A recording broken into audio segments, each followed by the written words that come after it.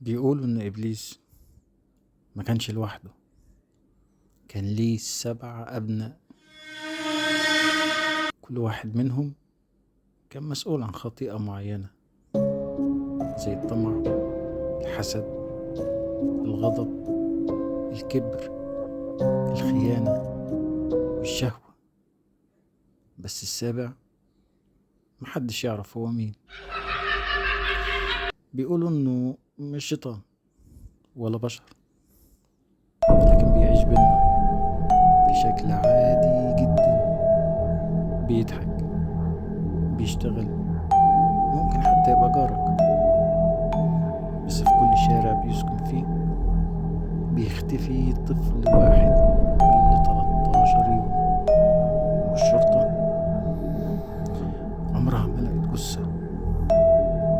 تفتكر هو ساكن جنبك؟